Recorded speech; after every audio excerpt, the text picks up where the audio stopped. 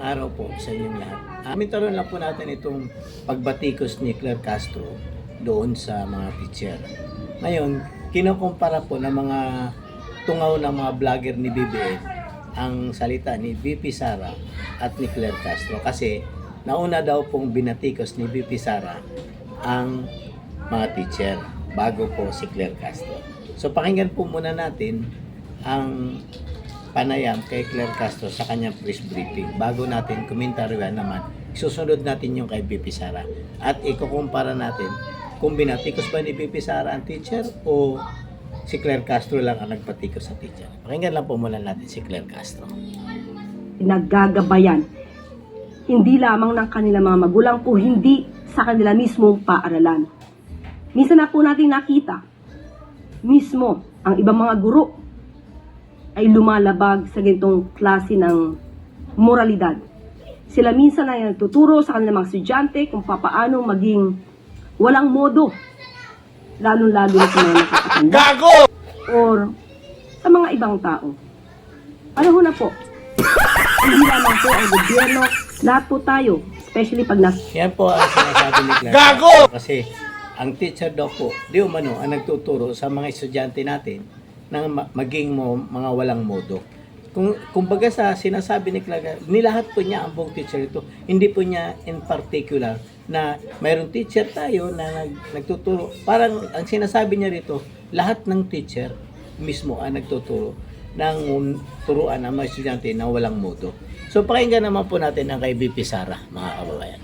Kung ano po ba ang sinasabi ni BP Sara regarding po doon. Pakinggan lang po natin si BP Sara. Mindset na paano ba itong bata na ito matuto? Kasi yung mindset natin, nandoon pa tayo sa mindset ng 1940s. Kailangan pumasok ng bata sa classroom, umupo doon at makinig sa teacher. Hindi na kasi ganun ngayon eh.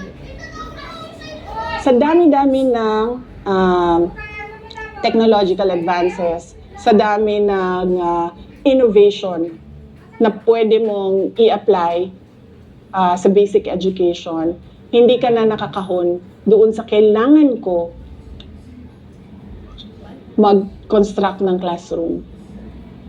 Diba? Kasi anuhin ba natin yung classroom kung yung bata na nakaupo doon ay hindi natututo? At yung teacher na nagtuturo doon ay hindi marunong magturo. At yung teacher na marunong magturo, walang kwenta yung kanyang curriculum, yung tinuturo niya sa bata.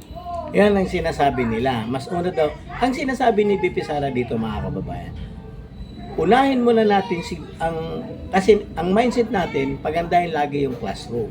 Pero ang sinasabi ni BP Sara dito, hindi pagbati ko sa teacher, bakit hindi muna natin turuan ng mga magagandang curriculum ang mga teacher? Kasi meron po talagang teacher na hindi naman niya, halimbawa, hindi naman sa science subject, expert siya sa PE. Bakit naging science teacher siya? Mayroong English teacher, naging math teacher.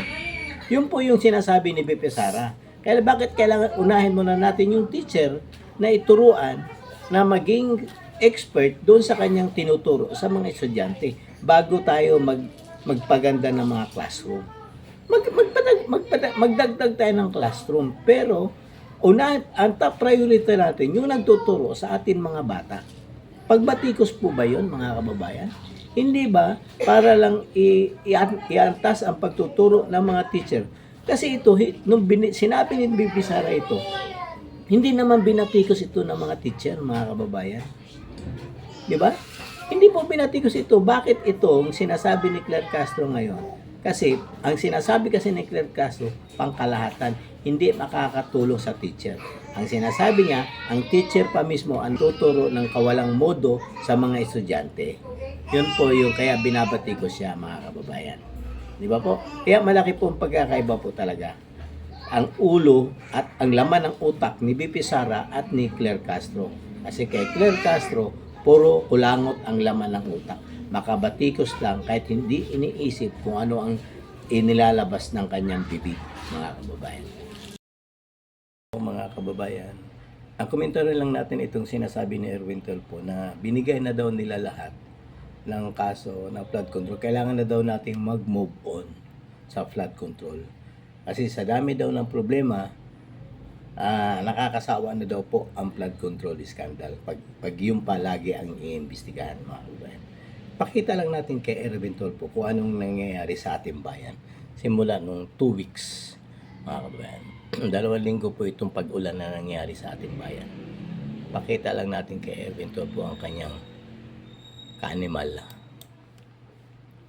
Due to the southwest monsoon, residents living near a river in Barangay Calayo fear of severe flooding as rains persist. They are calling on the local government to relocate them, but appeal to authorities to find a suitable site that is still near the source of livelihood. Sana yung panawagan namin sa gobyerno, baka naman mayroong mga paglalagyan kami ng mga taga rito ng isang magandang location site na mas malapit din sa dagat.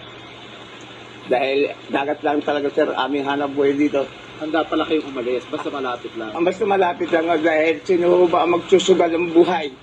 Dahil hindi namin alam kung kailan lalaki ang tubig. The local government says it is working on long-term measures to address the town's perennial flooding problem.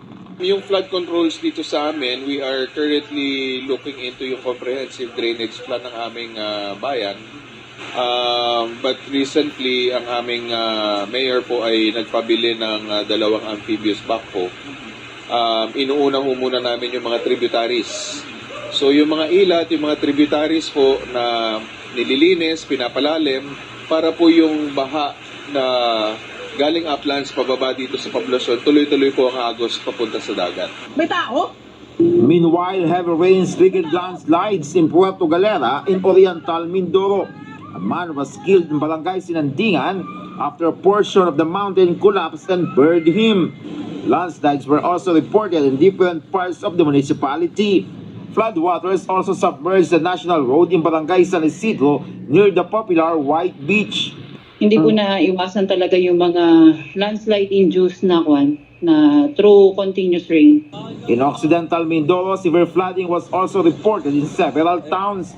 In the town of Abra de Ilog, floodwaters more than a foot deep made several roads impassable. Homes and farmlands were submerged while several families had to be rescued from their homes.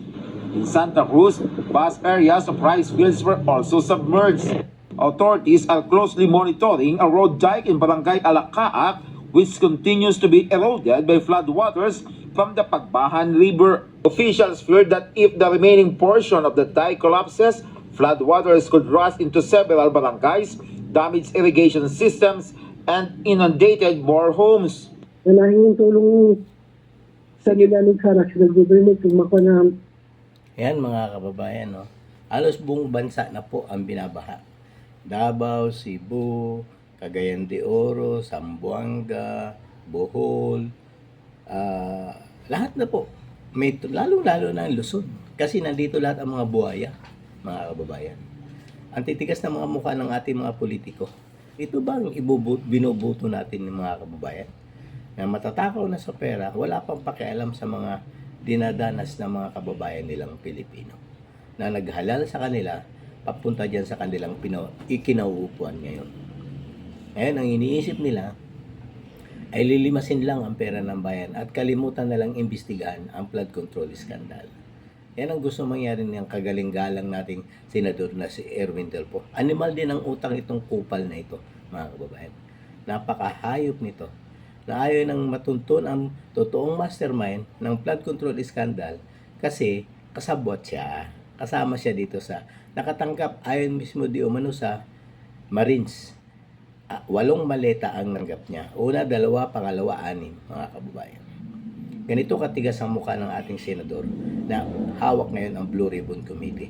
Ibinigay na lahat kay Boying Rimulya sa ombudsman at ayaw na niya mag-imbestiga, mga kababayan.